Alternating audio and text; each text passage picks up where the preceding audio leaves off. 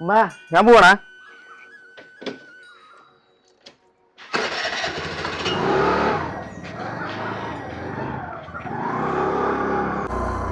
എന്നിട്ട് ശരി, ഞാൻ വിളിക്കാം എന്നാ. പോലെ ഞാൻ ഇന്ന് പണിക്കാറില്ല സുധേട്ടാ. ഇന്ന് ശനിയാഴ്ചയാണ്. ഇന്ന് എന്തായാലും പോണം. അവിടെ പണി തീർത്തു കൊടുക്കാനുള്ളതാണ്. സുധേട്ട അവളെ വീട്ടിൽ സീനായി.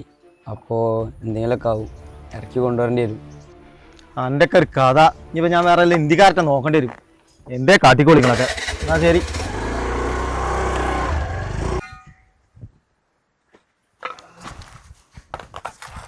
കല്ലെടുത്തോളൂ.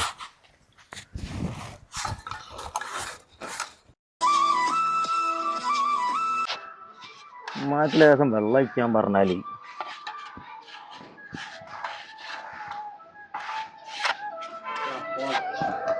ആരാത്? സുരേട്ടാ. 9 മണിക്കല്ലേ? വണ്ടിയുണ്ട്. എന്നാല് ഒരു കാര്യം ചെയ്തോളി. നിങ്ങൾ 9 മണി വളവിൽ നിന്നോളി. ഞാൻ വണ്ടിയായിട്ട് വരണ്ടേ. എവിടെയാ സ്ഥലം? എവിടെയാ? ഒന്നിരങ്ങാവാ.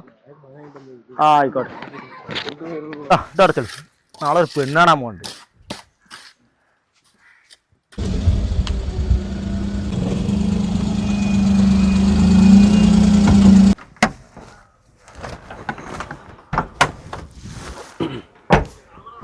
അത് സുധിയെ, ഓർക്ക് എൻ്റെ ജോലിൻ്റെ ഒരു പ്രശ്നമുണ്ട്.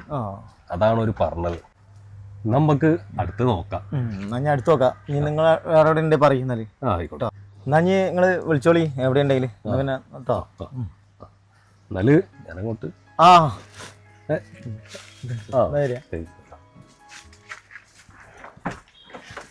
കൂടാ.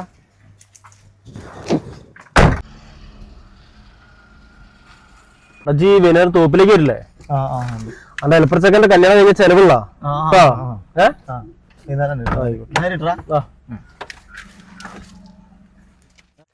ചെക്കന്മാരെ കാണാനല്ലോ. ഈ വെള്ളം പേടിച്ച് കൊറേ നേരം നിൽക്കുന്നത് എല്ലാം. ഇതാണ് ചെലവ്.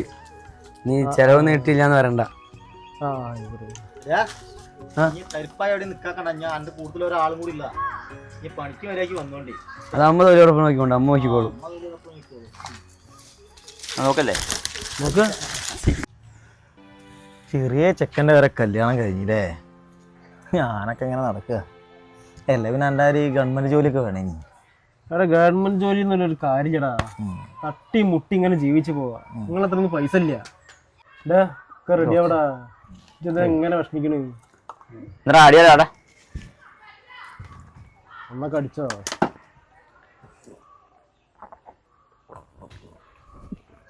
എടാ സുധിയെ, 2 അടിച്ചോ? ഇത് അടിക്കാൻ എന്നിട്ട് കാര്യമില്ല. ഇങ്ങനെ അടിക്കണവർക്ക് ചിലപ്പോൾ പെണ്ണെ കിട്ടണുള്ളൂ. ഞാനേ മാന്യനാവാനോ അല്ലെങ്കിൽ പെണ്ണ് കിട്ടാനോ വേണ്ടിയിട്ടല്ല വെള്ളം അടിക്കാത്തത്. വെള്ളം അടിച്ചു കഴിഞ്ഞാലുള്ള ഭവിഷ്യത്ത് എന്താന്ന് നിൽക്കുമ്പോൾ ശരിക്കും അറിയാം. 2 അടിച്ചിട്ട് വെയ്യാണ്ടായി പോയി. മോനെ ഗീത് വന്നത്.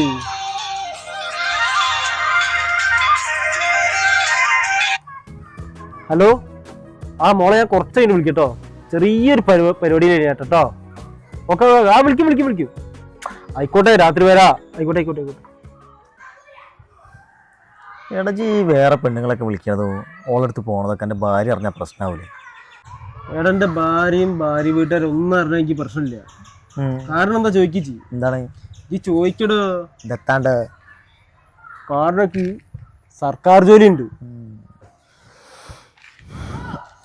ശ്രീത്തെ അല്ല, ഞാൻ പോട്ടറാ. നേരത്തെ പോട്ടെ.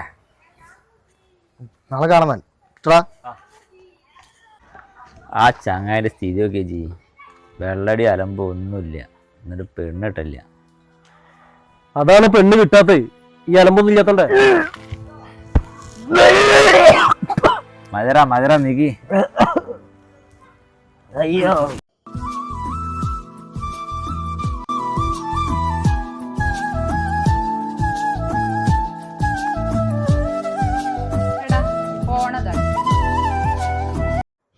ഹലോ, എന്താ സുരേട്ടാ?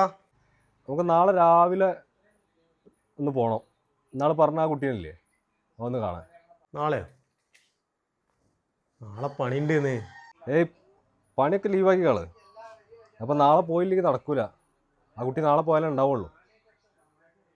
എടാ പണിക്ക് മറ്റന്നാൾ പോയിക്കോ. തന്നെ? ആ ആയിക്കോട്ടെ, നാളെ വരാം. ആയിക്കോട്ടെ, ഞാൻ അവരോട് പറയാം. ആ ശരി ശരി. ആ ചേട്ടാ മുട്ടെടുത്താ?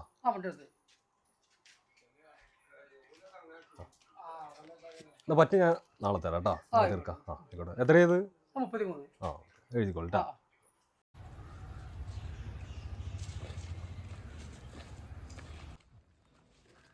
എടാ അതും പറ്റില്ല കേട്ടോ. അതും എൻ്റെ ജോലിൻ്റെ കാര്യമാണ് പറയുന്നത്. ചേട്ടാ, നിങ്ങൾക്ക് അറിയാം, വ്യക്തമായിട്ട് അറിയാം ഇതിൻ്റെ ഭരണേ പറഞ്ഞ ഈ ടീമിന് എന്നെ പറ്റൂല എന്നുള്ളത്. പിന്നെ നിങ്ങളെ ആ പെണ്ണിൻ്റെ വീട്ടുകാരുടെ മുന്നിൽ കുറച്ച് മാനം കെട്ടാലും 1000-500 നിങ്ങൾക്ക് കിട്ടും. അതിന് വേണ്ടിയിട്ടല്ലേ നിങ്ങൾ ഈ കളി കളിക്കുന്നത്. നിങ്ങൾക്കറിയാമോ, ഞങ്ങളെ പോലുള്ള കൂലിപ്പണിക്കാർ രാവിലെ മുതൽ വൈകുന്നേരം വരെ കഷ്ടപ്പെട്ട് പണിയെടുത്താൽ കിട്ടുന്ന പൈസയാണ് നിങ്ങൾ 5 മിനിറ്റ് കൊണ്ട് നിങ്ങൾ കയ്യിലാക്കണത്. ഓട്ടെ, അതൊന്നും കുഴപ്പമില്ല, നിങ്ങൾ പൈസ വാങ്ങിക്കോളി. നിങ്ങൾ ആ വാങ്ങിക്കുന്ന പൈസ കുറച്ചെങ്കിലും ആത്മാർത്ഥ കാട്ടിയിട്ടുണ്ടെങ്കിൽ ഞങ്ങൾക്ക് കുറച്ചെങ്കിലും ഒരു സമാധാനം ഉണ്ടായി. ഇന്നെപ്പോലുള്ള കുറേ ചെറുപ്പക്കാർ നാട്ടിൽ പെണ്ണ് കിട്ടാത്തവരുണ്ട്. അവരൊക്കെ നിങ്ങളെപ്പോലുള്ള ബ്രോക്കർമാർ ചൂഷണം ചെയ്യല്ലേ. ചേട്ടനറിയോ, എൻ്റെ കല്യാണം കാണാനും എൻ്റെ കുട്ടികളെ താലോലിക്കാൻ വേണ്ടിയിട്ട് കൊതിച്ച് എൻ്റെ അമ്മ എൻ്റെ വീട്ടിലിരിക്കുന്നു. ആ അമ്മേൻ്റെ കാലം കഴിഞ്ഞാൽ എന്താ ചെയ്യാന്നുള്ളത് എനിക്കറിയില്ല. പിന്നെ മുന്നോട്ടുള്ള ജീവിതം ഒരു ചോദ്യചിഹ്നം മാത്രമേ എനിക്കൊക്കെ. അതുകൊണ്ട് നിങ്ങളെപ്പോലുള്ള ആൾക്കാർ ചെയ്യുന്ന ജോലിയോട് കുറച്ചെങ്കിലും ആത്മാർത്ഥത കാണിച്ചാൽ നല്ലത്.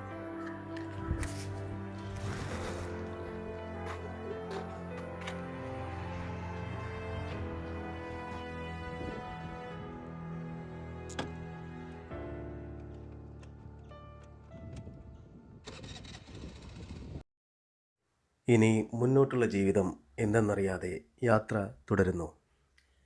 ഇത് എൻ്റെ മാത്രം അവസ്ഥയല്ല, പല നാടുകളിലുള്ള എന്നെപ്പോലുള്ള ചെറുപ്പക്കാരുടെയും കൂടെ അവസ്ഥയാണ്.